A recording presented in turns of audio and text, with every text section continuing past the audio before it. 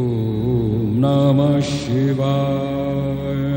भोजन, घर और वस्त्र, इन तीन चीजों के अलावा जो कुछ भी इस ब्रह्मांड में है सब मन की इच्छाएं हैं। शिशु इच्छा करे युवा अवस्था की, युवा इच्छा करे वृद्ध की, वृद्ध इच्छा करे फिर से शिशु की। धनवान हो तो धन बांटो, खुश हो तो खुशी, दुखी हो तो दुख।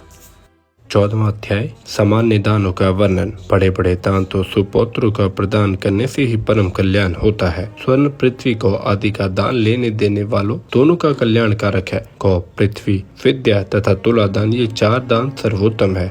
आए हुए याचकों को दूध वाली गौ, सुंदर वस्त्र, छाते, जूते, अन्न, भोजन आदि श्रद्धा पूर्वक अवश्य ही संकल्प कर देवे। ब्राह्मण तथा दुखी दीन पुरुषों को देने से उदारात्मा कल्याण पाते हैं। स्वर्ण, तिल, हाथी, कन्या, दासी, घर, रथ, मणि, कपिला, गौ, अन्न, ये 10 प्रकार के महादान हैं। इन्हें पाकर विद्वान ब्राह्मण दान देने वाले के साथ अपने आप को भवसागर पार कर देता है। राजा रघु के समान स्वर्णमय पृथ्वी का दान सर्वोत्तम है। जो भी सोने में सिंक रूपे से खुर मढ़ाकर अनेकों वस्त्र, आभूषण, अन्य वस्तुओं के साथ अच्छी गुण वाली बछड़े समेत कपिला गाय लेकर कांसे के पात्रों सहित सुपात्र कुटुंबी विद्वान ब्राह्मण को दान करता है, वह लोक में तथा परलोक के मनोरथ पाकर अंत में मुक्ति एवं उसी प्रकार की सर्वोत्तम गाय पाता है। घर में अपनी प्यारी वस्तु का दान सबसे उत्तम है। इसी के द्वारा दोनों लोकों में उसी वस्तु की प्राप्ति होती है। इसी प्रकार तुलादान भी उत्तम है।